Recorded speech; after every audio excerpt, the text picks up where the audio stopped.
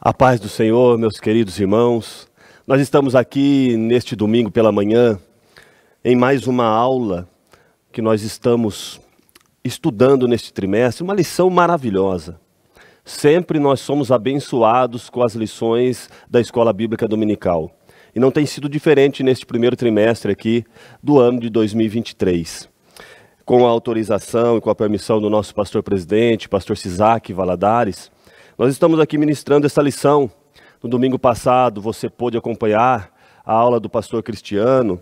Na primeira lição, a aula do pastor Zé Ricardo. E assim por diante nós vamos transmitindo esta lição sobre o tema Aviva a Tua Obra. O chamado das Escrituras ao quebrantamento e ao poder de Deus.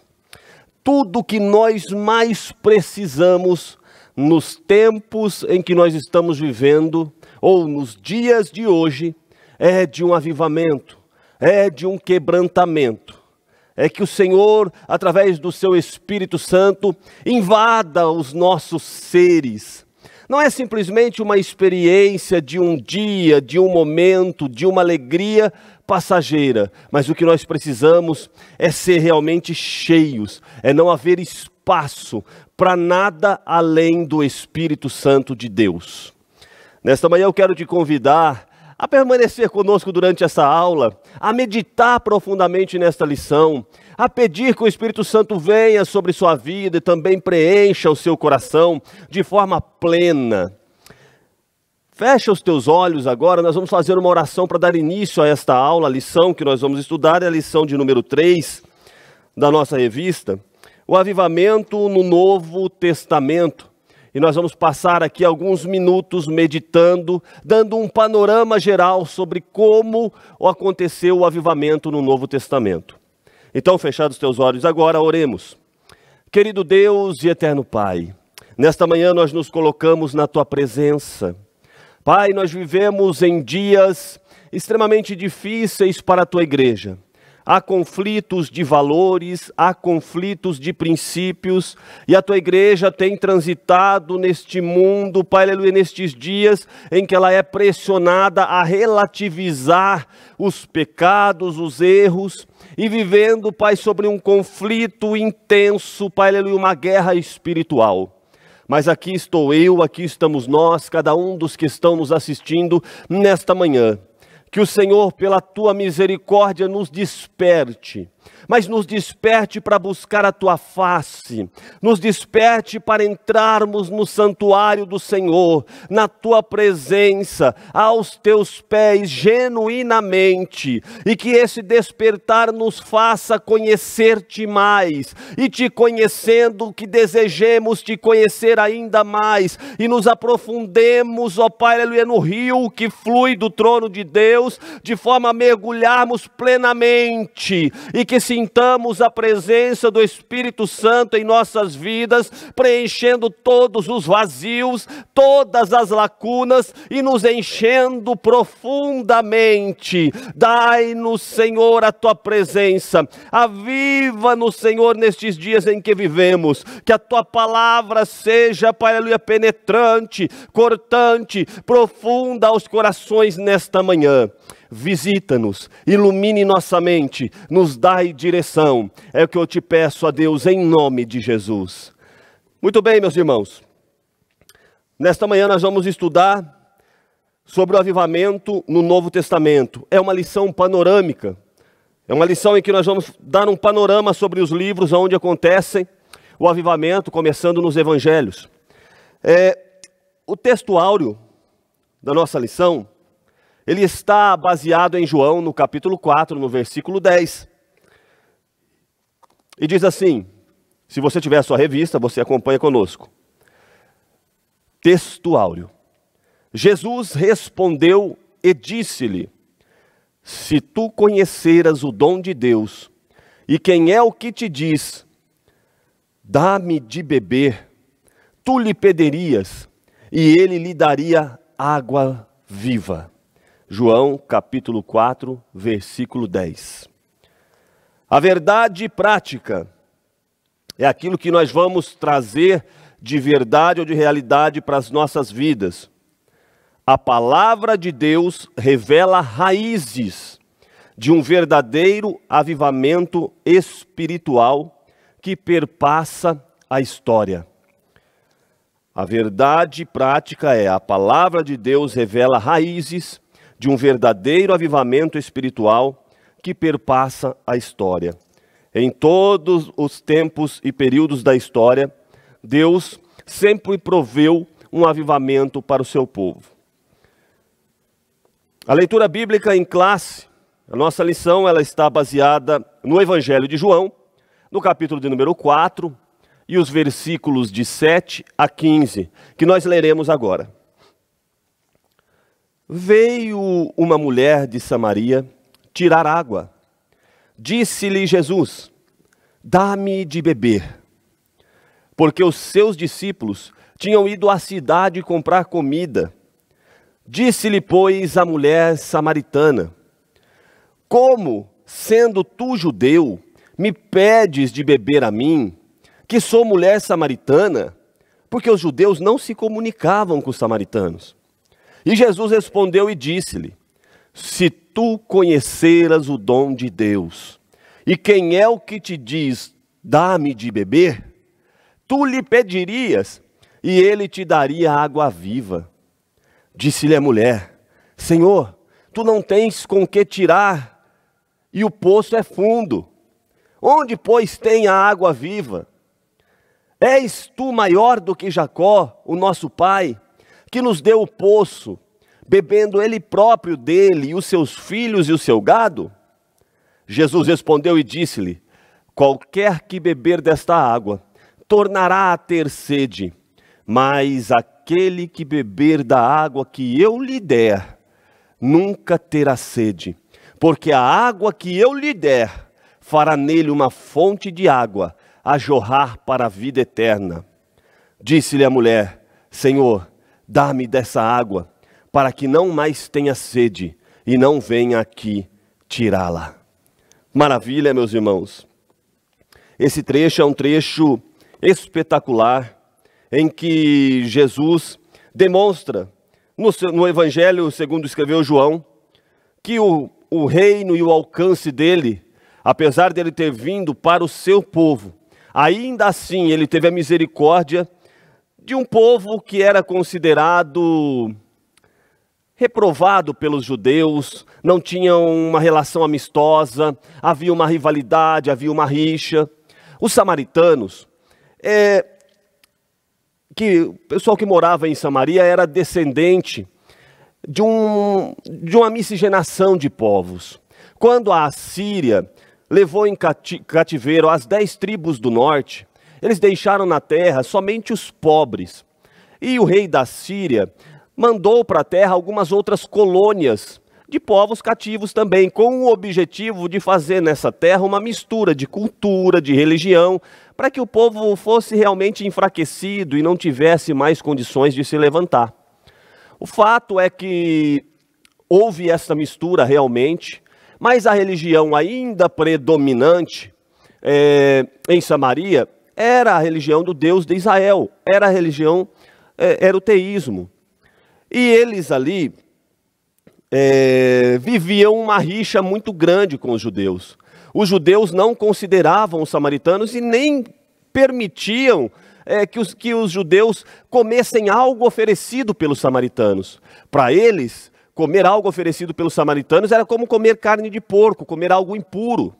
E os samaritanos também traziam essa rivalidade. Se o samaritano tivesse contato, comunhão com um judeu pobre, o samaritano então se julgava sendo um medo persa. E se o samaritano se encontrasse com um judeu rico, então aí sim para ele era interessante fazer parte da sua linhagem familiar. Então essa rixa que acontecia não impediu que Jesus passasse por Samaria. E mesmo ele tendo vindo para os judeus, aqui nós vemos uma história em que um historiador relata, um erudito relata, que é interessante que Jesus, ele não foi ali para trazer salvação aos samaritanos naquele momento, naquele propósito. Ele se encontrou com uma mulher mas ele permitiu que essas migalhas caíssem ali, que ela também se alimentasse da possibilidade da salvação, que obviamente depois de sua morte, da sua ressurreição, veio para todo mundo. Então nós vemos aqui um texto maravilhoso do poder de Deus, do propósito de Jesus, trazendo a esta mulher a possibilidade de avivamento em sua vida. Avivamento é tornar a dar vida, é reviver, é trazer uma experiência de vida muito mais ampla, é ser cheio, envolve o Espírito Santo, envolve a presença de Deus. E é isso que essa mulher viveu aqui. Nós vimos na lição de número 1, a respeito do avivamento, que o avivamento espiritual é uma intervenção de Deus. Ele só tem início quando o Espírito Santo encontra espaço no coração de uma pessoa, de um grupo, de uma cidade ou de uma nação. Então o avivamento ocorre a partir do momento que alguém dá lugar. E Jesus começa a puxar assunto com essa mulher lá de Samaria, à beira de um poço. Era meio-dia, Jesus, cansado da sua viagem, pede para que seus discípulos saiam para comprar alguma comida e ele para no poço. E é claro que Jesus sabia que aquele encontro aconteceria. Jesus sabe de todas as coisas. E vem essa pobre mulher. Ela não tinha servos para carregar o cântaro para buscar água no poço. Ela mesma veio buscar água no poço. E chegando lá, Jesus a interpela, pedindo água para beber. Aquela mulher, na visão dela, talvez ela enxergasse somente um judeu que tinha uma necessidade, um viajante que estava passando por ali, tinha uma necessidade, quase um pedinte. Mas ela não sabia quem estava falando com ela. E muitas das vezes nós perdemos a oportunidade de sermos cheios, porque não valorizamos as palavras que Jesus fala conosco, porque nós desprezamos, porque nós tratamos pejorativamente às vezes, porque nós não damos valor às palavras que o Senhor fala conosco. E perdemos a oportunidade de ouvir, de ver, de sentir, de se aprofundar mais nas coisas de Deus. Essa mulher teve a oportunidade de ter uma mudança em sua mente, em sua vida e reconhecer Jesus como profeta, como Messias, como Rei dos Reis. Nós vamos ver nessa lição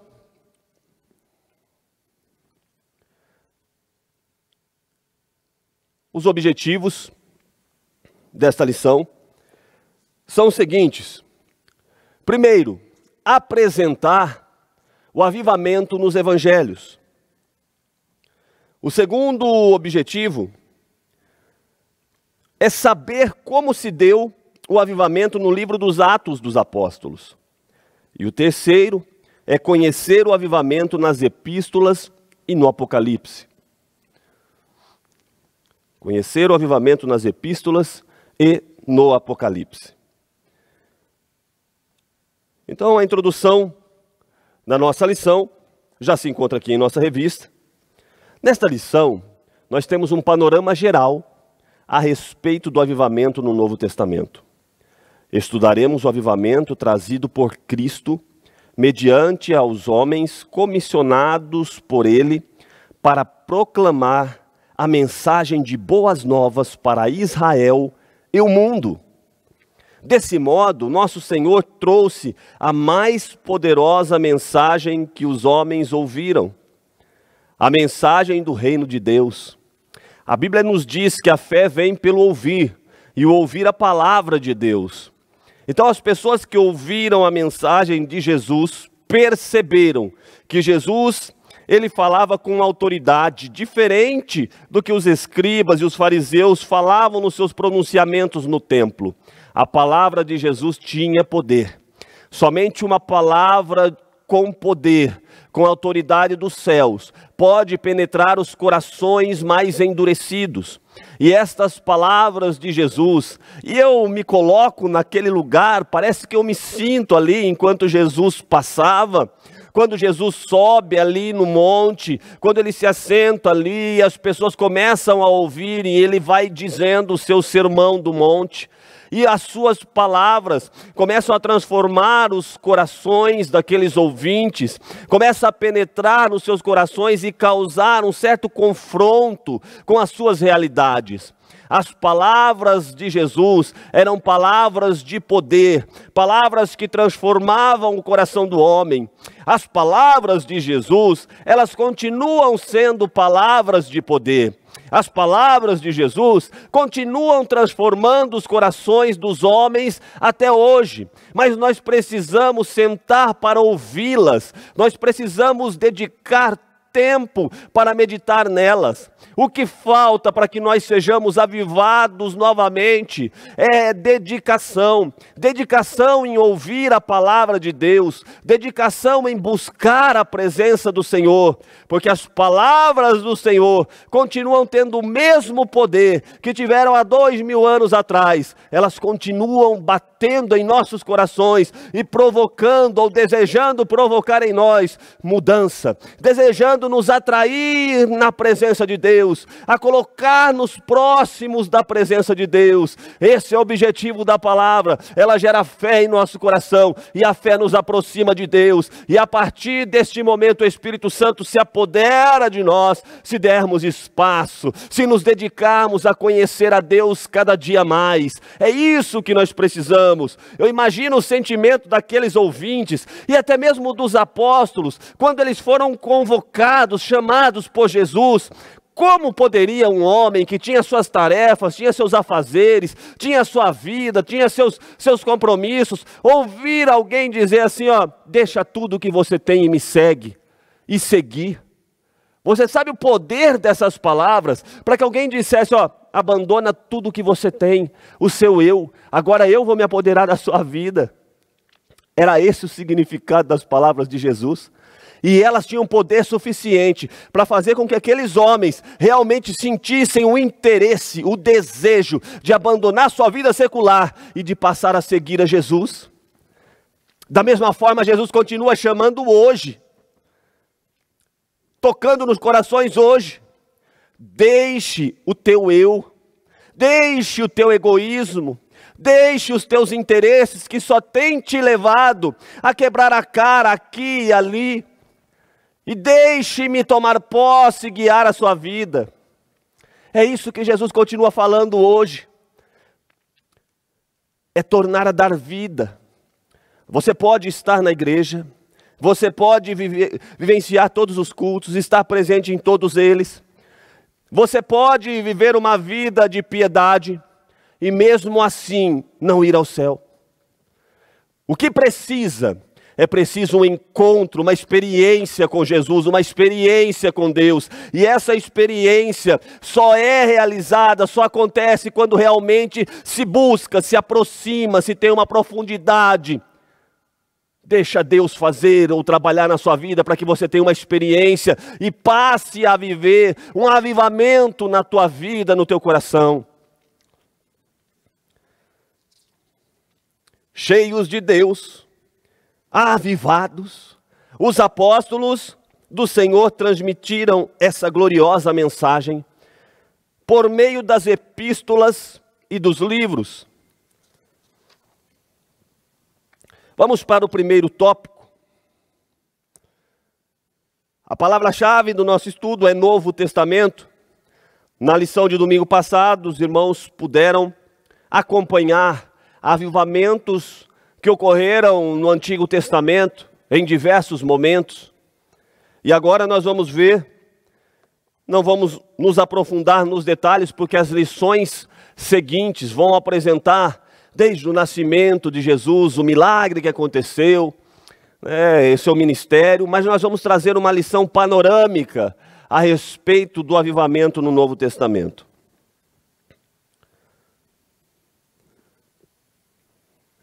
No primeiro tópico, nós vamos ver o avivamento nos evangelhos. E nós vamos começar pelo avivamento em João. O Novo Testamento, ele é a revelação última de Deus para o mundo. Abordamos primeiramente o avivamento em João, mesmo sendo João, na sequência de leitura, o quarto evangelho. nós vamos abordar primeiramente, pois a sua mensagem é a mais objetiva da parte de Cristo para uma missão gloriosa entre os homens. O avivamento em João, o evangelho foi escrito entre os anos 80 e 95 depois de Cristo. A sua abordagem difere dos outros 3 evangelistas. Mateus, Marcos e Lucas retratam a história de Jesus de uma forma muito similar. João vai para uma profundidade muito mais espiritual. Mateus, Marcos e Lucas parece ser um relato dos acontecimentos. João parece ser um relato de alguém que era muito íntimo de Jesus e traz o seu lado espiritual. Apresenta Jesus como Deus, como verbo de Deus. Então nós vamos começar aqui por João. No encontro de Jesus com a mulher samaritana, uma água diferente é revelada aos homens. Mas aquele que beber da água que eu lhe der, nunca terá sede, porque a água que eu lhe der se fará nele uma fonte de água a jorrar para a vida eterna. Aquela mulher tinha uma vida difícil. Aquela mulher não era bem aceita na sociedade. Ela já tivera 5 maridos. Aquela mulher talvez ela fosse difamada entre as outras mulheres e entre a sociedade ali em Samaria. Mas Jesus, chegando, tem um encontro com ela e lhe oferece algo espiritual. A solução de Jesus para a vida desta mulher, num encontro que parece ser casual, assim como acontecem os encontros que nós temos com Deus em nossa vida. Se você meditar na sua história, talvez você vai pensar se é mera casualidade. Você ter ido naquele culto e de repente a palavra tocou no seu coração. Você ter sentado num banco e alguém chegou e falou de Jesus para você. Quantas e quantas experiências, quantos testemunhos nós temos que parece mera casualidade, mas não passa de um propósito divino, de um encontro marcado de Deus contigo. E assim foi com essa mulher. Ela pensava que ela ia ao poço somente para buscar a água. E ali ela encontrou uma verdade espiritual que avivou a sua vida, que mudou a sua história, que abriu os olhos espirituais dela, que fez com que ela enxergasse o que os próprios judeus, na sua grande maioria, não enxergaram, que Jesus era realmente o Messias. Olha que maravilha, que oportunidade que essa mulher teve, numa casualidade, entre aspas, numa oportunidade que ela não jamais imaginava. Jesus foi ao encontro dela. Ela teve a oportunidade de ouvir Jesus lhe apresentando uma água que é espiritual, que sacia a sede da alma, e que sacia a sede da alma de uma forma que nunca mais temos sede. Se você vive essa realidade da presença do Espírito Santo na tua vida, você sabe do que eu estou falando. Ele nos alimenta, Ele nos sustenta. Nós vivemos, irmãos, carne e espírito. Essa é a nossa realidade. Se nós dermos ênfase para os desejos e objetivos da carne somente, nós enfraquecemos o espírito. É claro que nós temos aqui necessidades básicas que precisam ser atendidas, mas aqui também nós temos necessidades básicas que precisam ser atendidas. O nosso espírito também precisa de alimento. Nós precisamos nos alimentar espiritualmente para que ganhemos força, para que abramos os nossos olhos espirituais, para que tenhamos uma visão mais ampla da eternidade, para que nos aproximemos de Deus. E como acontece isso? Como nos alimentamos aqui? Através da palavra de Deus e da oração. São as 2 principais fontes de alimento. Também a nossa santificação é outra fonte de alimento espiritual. Então, quando nós estamos nos alimentando da palavra, como você está fazendo nesta manhã, o teu espírito vai ganhando força, vai se fortalecendo. Este alimento vai transformando a tua vida.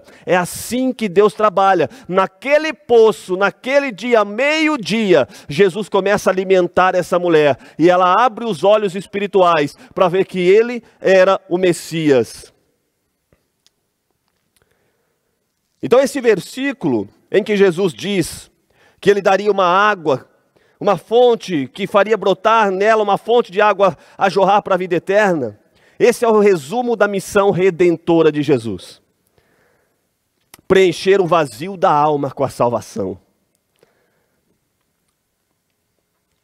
Um homem sem Deus, um homem sem salvação, ele não tem esperança à beira da morte. Enquanto ele é um jovem e que ele acredita, porque o jovem acredita que ele vai viver eternamente. Por isso que às vezes o jovem faz coisas que os mais maduros dizem, meu Deus, que loucura. Acreditam viver eternamente, que a vida não vai ter fim. Mas todos que chegam ao final da vida começam a refletir sobre o que será dali para frente. Será que simplesmente vai ser um apagar das luzes? Será que a memória é esquecida, tudo vira escuro e acabou, simplesmente acabou? Essa é a tristeza de quem vive uma vida sem esperança de salvação. E aí a palavra, o evangelho de Jesus, a fonte que ele faz jorrar em nossos corações, nos leva para uma visão de vida eterna. E isso abre a nossa mente, a nossa esperança. Ele preenche esse vazio da alma em relação à salvação. Ele sana as necessidades espirituais e emocionais do ser humano. Um homem cheio de Deus vive uma vida diferente, vive uma vida de esperança, vive uma vida de bênção. Eu quero abrir um parênteses aqui para trazer uma experiência que aconteceu no século XVI, XVII, entre John Wesley, um conhecido pregador que revolucionou a Inglaterra com a sua mensagem. Mas antes dele receber esse avivamento, ele era um jovem pastor anglicano e ele estava num navio para fazer uma missão para os Estados Unidos. Eles iriam para a Geórgia. E neste navio o objetivo era evangelizar os índios norte-americanos. Neste navio tinha também 25 morávios, que é uma região hoje que está na República Tcheca. Estes alemães, os moravianos, eram um grupo que tinha passado por um avivamento. Quando eles fugiram de uma perseguição na Boêmia, eles se situaram ali na Morávia e eles fizeram um propósito no coração deles de buscar a Deus. O propósito era fazer uma torre de oração, em que cada um deles orasse por 1 hora. E fossem revezando. E 24 horas por dia tinha alguém orando, buscando a Deus, se dedicando na oração, se aproximando de Deus. Diz a história que este foi o maior movimento de oração contínuo da história. Essa torre de oração, ela durou 100 anos. Sabe o que é isso, irmãos? Incessantemente, 100 anos, tinha sempre alguém orando. E durante esse período de oração, e aí me chama a atenção, porque eu disse antes que através de ouvir a palavra de Deus, da leitura e da oração, e também da santificação, nós nos alimentamos espiritualmente.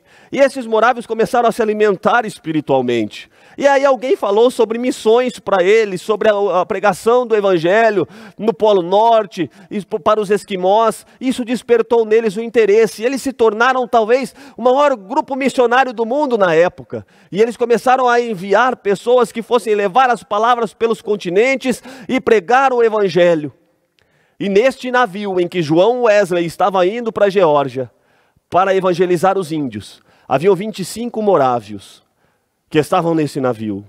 E o que chamou a atenção de John Wesley, que mudou a vida dele, foi que num período na trajetória, ele notava que os morávios estavam sempre cultuando a Deus, louvando a Deus, cantando, fazendo seus cultos, adorando a Deus. E num determinado momento, houve uma tempestade muito grande, que abalou aquele navio.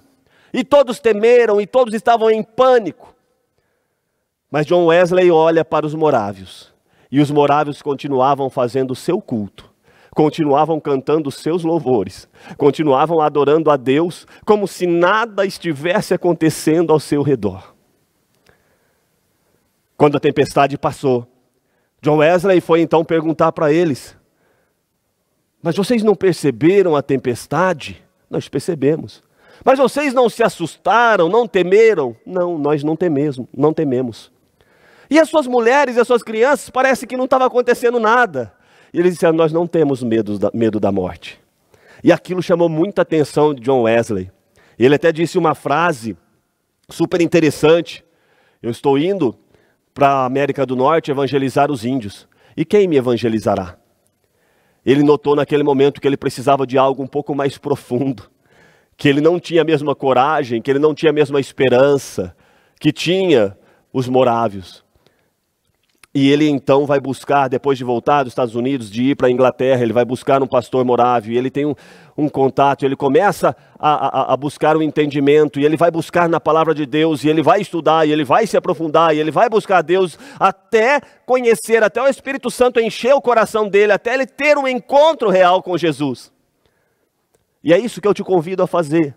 Se você quiser viver um avivamento, comece a buscar a Deus, até você o encontrá-lo. Não pare, não cesse, faça um propósito na tua vida, todos os dias, 1 hora por dia, 2 horas por dia, o tempo que você conseguir, até você ter um encontro, até você ter realmente esse encontro pessoal, e aí a tua vida vai mudar, completamente. Foi o que aconteceu com John Wesley. Depois desse impacto, ele impactou a Inglaterra toda.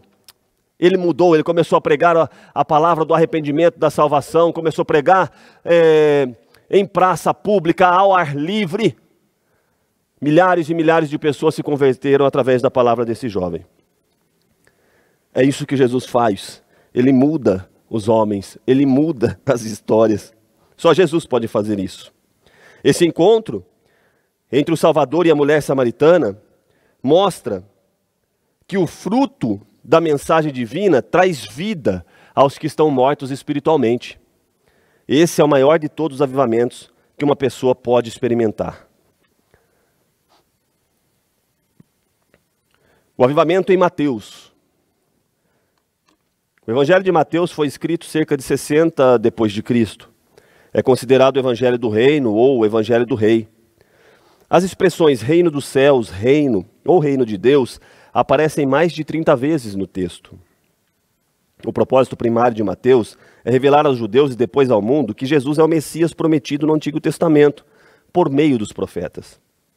Assim, Mateus revela o real avivamento que o mundo poderia vivenciar. Vamos ler Mateus capítulo 4, versículo 13 ao 17.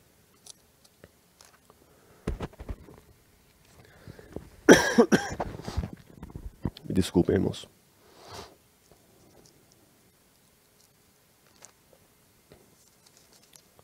Mateus capítulo 4, versículo 13 ao 17.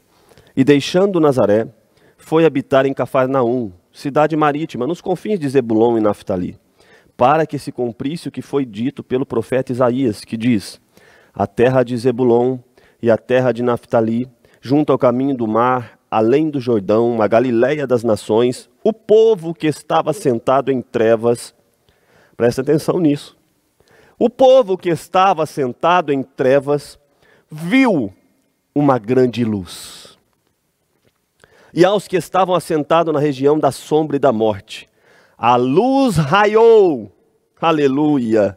Desde então, começou Jesus a pregar e a dizer: arrependei-vos, porque é chegado o reino dos céus. A mensagem de Jesus era: arrependei-vos, porque é chegado o reino dos céus. Coisa maravilhosa. Não há avivamento sem arrependimento, sem contrição de espírito. Não há avivamento sem angústia da alma. Não há avivamento sem lágrimas. O avivamento, ele envolve um reconhecimento do nosso estado de pecador, de limitados que somos.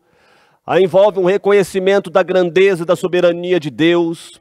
Envolve abrir mão dos seus próprios instintos e deixar Deus tomar conta, te possuir inteiramente. Aí começa a acontecer algo na sua vida. Aí começa a mudar a nossa vida, as nossas estruturas. Então, em Mateus, nós vemos que o real avivamento que o mundo poderia vivenciar através da presença de Jesus, raiando esta luz, iluminando as vidas daqueles que habitavam naquela região, considerada uma região pobre. Vamos ver aqui também o avivamento em Marcos. No Evangelho de Marcos, Jesus é apresentado como servo em 3 aspectos. Primeiro, ele mostra Jesus como servo vencedor. Vencedor sobre as enfermidades, sobre os demônios, sobre as forças da natureza, vencedor sobre a morte. Jesus ressuscitou Lázaro, ressuscitou o filho da viúva de Naim. Jesus operou grandes milagres. A filha de Jairo. Segundo aspecto que o evangelista Marcos nos apresenta, ele apresenta Jesus como servo sofredor. O servo que foi maltratado pelos líderes judaicos, pelos sacerdotes. Aquele servo que foi traído por Judas, um dos seus discípulos. Foi humilhado pelos soldados romanos. Este servo é apresentado em Marcos. Mas ele também nos apresenta o servo triunfante. A mensagem do anjo às mulheres que foram ao seu túmulo afirma: ressuscitou, não está aqui. Aleluia! Assim nosso Senhor foi morto, mas ressuscitou triunfante ao terceiro dia, vencendo a morte, vencendo o pecado, vencendo o mundo e vencendo o maligno. Este é o avivamento que nós vemos no Evangelho de Marcos. O avivamento que nós vemos também no Evangelho de Lucas. Lembrando que esse é um panorama sobre o Evangelho, irmãos. O Evangelho de Lucas, o médico amado, é considerado o Evangelho do Filho do Homem, pelos estudiosos. Nenhum outro evangelista retrata tão bem a humanidade de Jesus. Lucas registra o nascimento singular do Salvador, bem como a mensagem dos anjos aos pastores. Um novo tempo que chegava para Israel e o mundo. Era o avivamento enviado dos céus. Aleluia! Glórias a Deus por isso. Não tinha como Jesus passar em algum lugar, Jesus está em algum lugar e não haver um avivamento, irmãos. Desde o seu nascimento, nós vamos ver isso na próxima lição. Desde o seu nascimento. Quando o anjo anuncia a Maria, primeiro a Isabel a respeito de João Batista, e depois o anjo Gabriel anuncia a Maria. Quando Maria se encontra com Isabel, João Batista, que estava no seu ventre já havia 6 meses antes, João Batista pula no ventre de Isabel.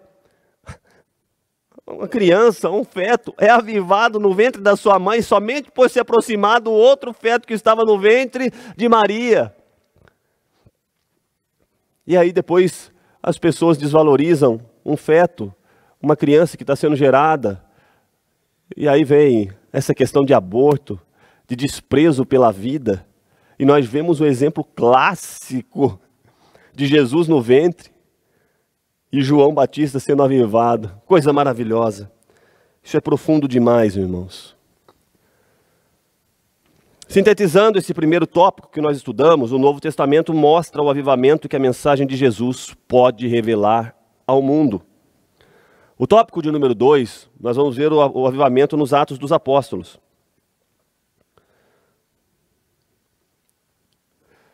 O avivamento na igreja primitiva. A mensagem do livro de Atos transcende a história da igreja primitiva, ela vai além.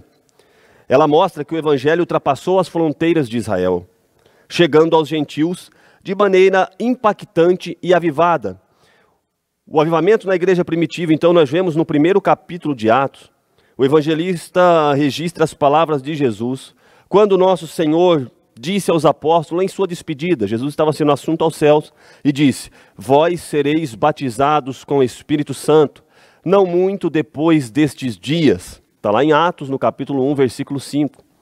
O cumprimento dessa promessa na vida da igreja seria o maior avivamento ocorrido na história. Nós sabemos como aconteceu, irmãos. Os discípulos estavam ali depois da morte de Jesus, da tristeza que veio em seus corações. Aí no terceiro dia vem túmulo vazio, vem a presença de Jesus, vem o culto à noite, vem Jesus se apresentando a eles, dizendo: Pai seja convosco. Vem eles vendo Jesus em mais algumas oportunidades, durante mais 40 dias, Jesus se apresentando a eles. E aí depois, Jesus, quando está sendo assunto ao céu, dá um recado para eles ficarem em Jerusalém até que do alto eles fossem revestidos. E eles seriam batizados com o Espírito Santo. E eles ficam ali. E eles ficam ali orando. Eles ficam ali buscando, eles ficam ali aguardando. E aí novamente eu chamo a atenção tua, para que se você quiser um avivamento real, você tem que permanecer orando, você tem que permanecer buscando, você tem que se aprofundar no relacionamento com Deus. E de repente diz a palavra de Deus que cumprindo-se o dia de Pentecoste, veio do céu um som como de um vento veemente e impetuoso, e encheu toda a casa em que eles estavam assentados. E eles viram línguas repartidas como que de fogo, e todos eles foram cheios do Espírito Santo. E aquele barulho, aquele movimento, aquele avivamento que mudou a vida deles, causou um impacto naquela população que estava lá em Jerusalém para o dia de Pentecostes, porque todos eles começaram a ver barulho, a ver um movimento, a ver eles falarem em outras línguas, e então eles se assustaram e acharam que aqueles homens estivessem bêbados pela manhã. E Pedro, o homem que havia negado Jesus, não é que Pedro não era convertido, não. Pedro era convertido sim, mas ele ainda não era cheio do Espírito Santo. Ele ainda não tinha sido avivado. Agora Pedro era um convertido avivado, transformado. E ele sai no meio da multidão e ele começa a pregar a palavra. E olha, mais de 3.000 almas aceitam a Jesus. Que coisa maravilhosa, que impacto. Eu estava lendo sobre isso. No livro Por que Tarda o Avivamento, é um livro muito bom, de Leonardo Ravenhill.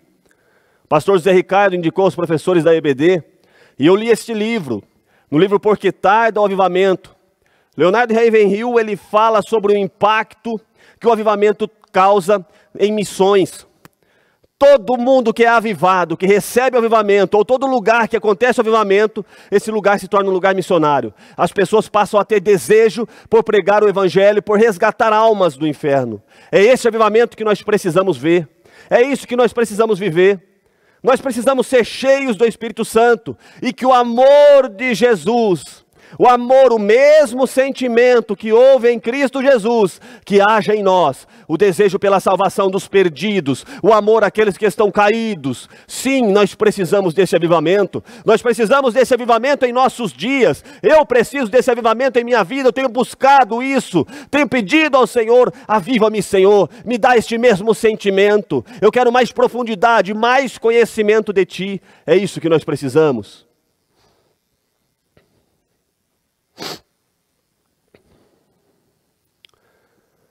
Subtópico 2, a descida do Espírito Santo. O batismo no Espírito Santo, registrado em Atos 2, é o cumprimento da promessa feita 835 anos antes de Cristo, lá em Joel, capítulo 2, versículo 28 a 29. E disse Deus que nos últimos dias derramaria do seu Espírito sobre toda a carne. Vocês sabem desse texto, mas você pode ler aí na tua casa. Este evento trouxe o avivamento espiritual no nascimento da igreja. Antes da chegada do Espírito Santo, nosso Senhor reuniu os discípulos e deu-lhes a grande comissão. Vejam só, eles foram avivados e saíram para evangelizar. O avivamento gera evangelização, evangelismo, gera pregação. A grande comissão só foi possível porque eles foram cheios do Espírito Santo. Para pregar o evangelho, é preciso receber o avivamento que vem do alto. Sintetizando esse tópico, o livro de Atos dos Apóstolos nos mostra as condições para um avivamento verdadeiro. Mais uma vez, eu reforço a regra de que para um avivamento é necessário palavra de Deus, oração e santificação. São os 3 alimentos necessários para a nossa vida, para que nós sejamos avivados.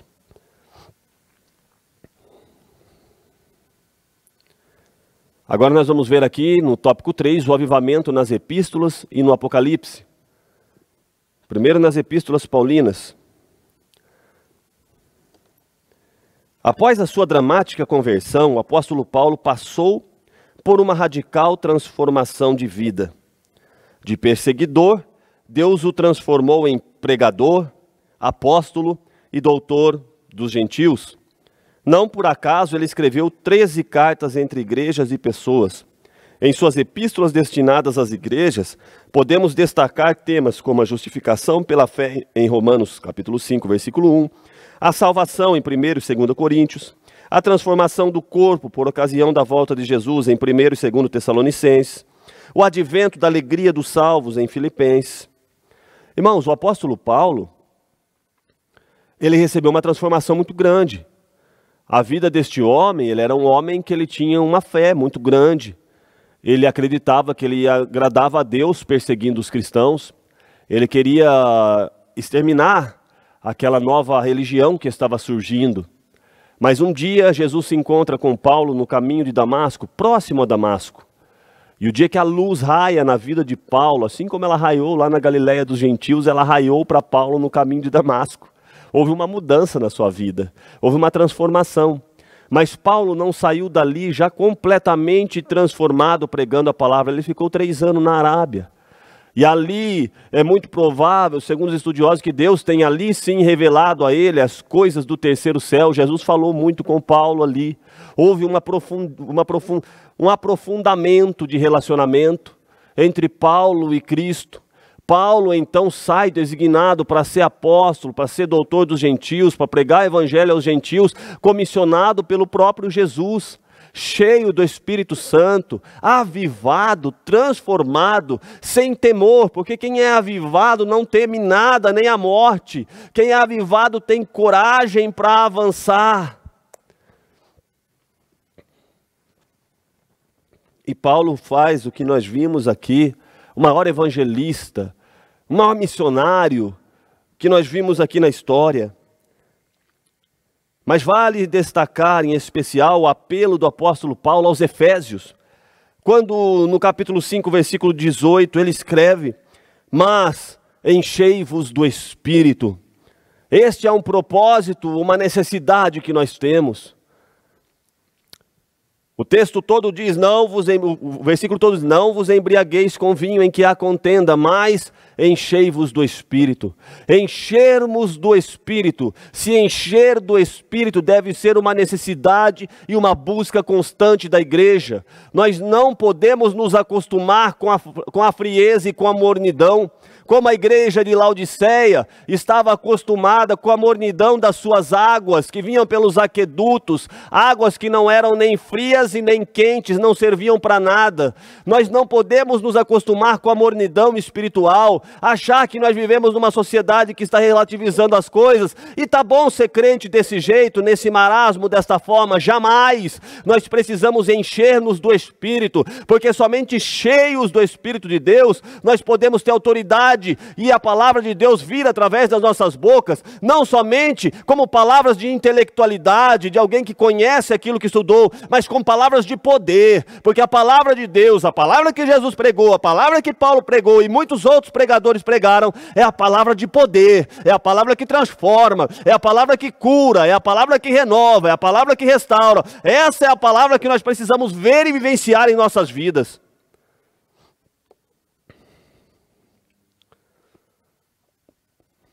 Aleluia.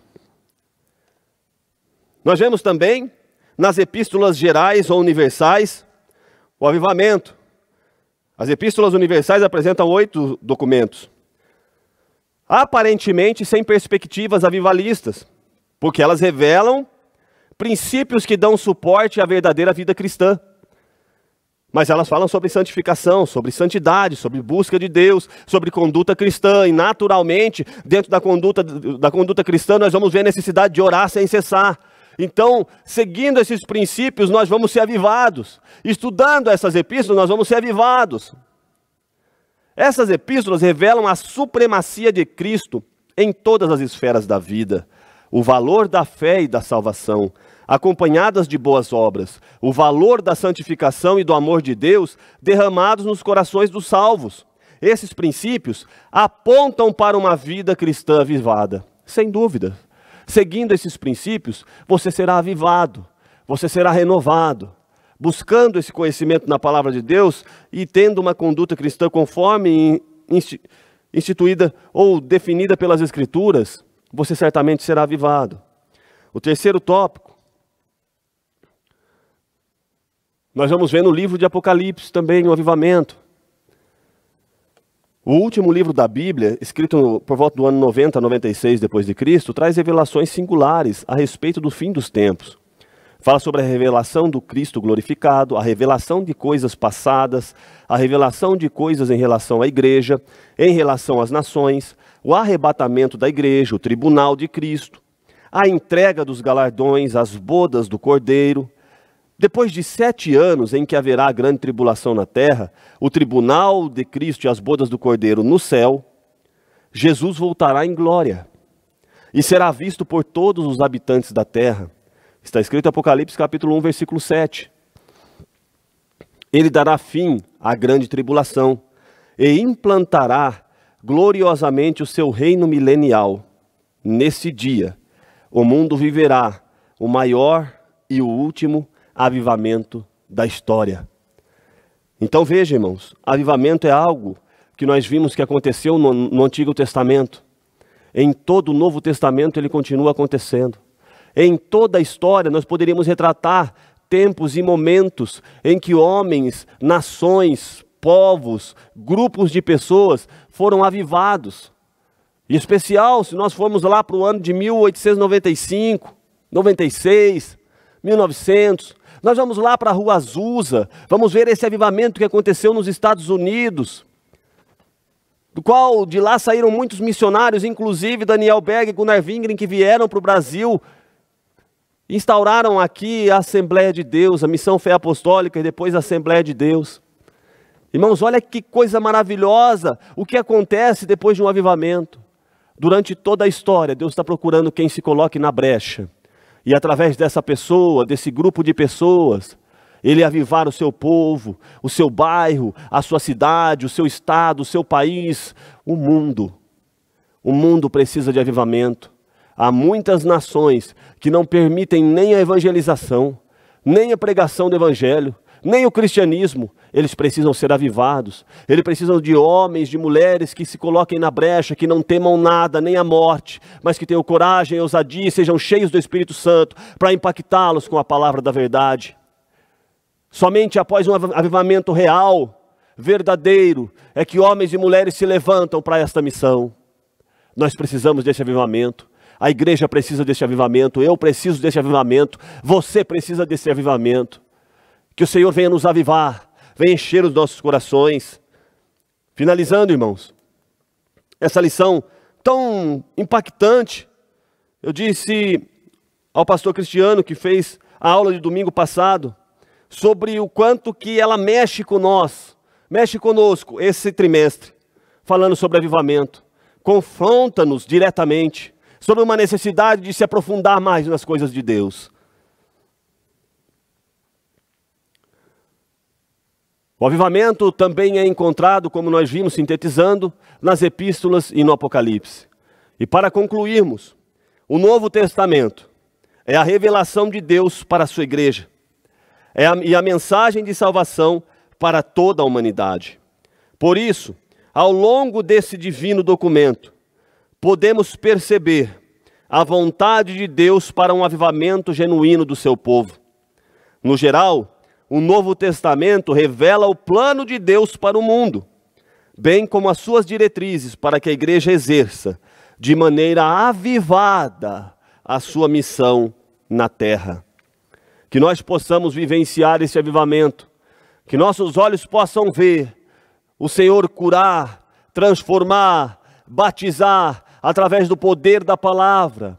O mundo que muitos hoje relativizam o que é ser um crente, o que é ser um cristão, e muitos vivendo uma vida devassa, profana, se intitulam cristãos, evangélicos, que eles possam, através do poder da palavra, reconhecer o que é um verdadeiro avivamento e qual a profundidade, a realidade de ser um cristão, de ser um evangélico, de crer em Deus, não somente de ouvir falar, mas de ter experiência com Ele. O mundo precisa ver o poder de Deus através da palavra de um pregador, através da palavra de um evangelista, e ser avivado através do poder da palavra. Que nós possamos ver isso em nossos dias, em nossas vidas, que esta cidade, que a nossa nação seja impactada por um evangelho, por um avivamento nestes dias que estamos vivendo. É isso que nós devemos orar, é esse o meu pedido, que você na sua casa possa ser abençoado, possa ser avivado, possa ser impactado pelo poder de Deus.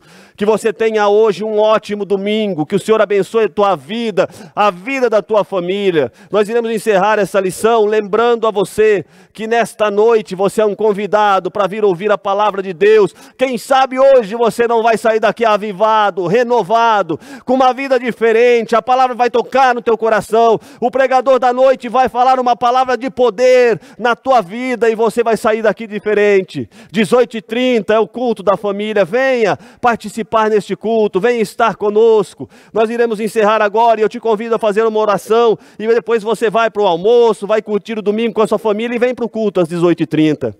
Querido Deus e eterno Pai, nós te louvamos, nós te bendizemos, nós te agradecemos. Obrigado por esses momentos, Pai, aleluia, que a tua palavra impacta o nosso coração. Dai-nos um domingo de paz, um domingo de bênção, a mim e a todos os que estão assistindo a essa escola bíblica dominical. Trabalhe em nossos corações, nós precisamos de avivamento, venha nos avivar, que nesta noite a tua palavra, Pai, toque em nosso coração, use o pregador numa palavra de poder e trabalhe em nossas vidas, para que nós possamos conhecer-te e prosseguindo em conhecer, nos aprofundemos no rio da água que flui do trono de Deus e que jorra para a vida eterna, esta água viva que nós aprendemos nesta manhã. Nós te agradecemos, em nome de Jesus. Amém. Que Deus te abençoe, meu querido, que Deus te abençoe, a sua família, a sua vida, em nome de Jesus.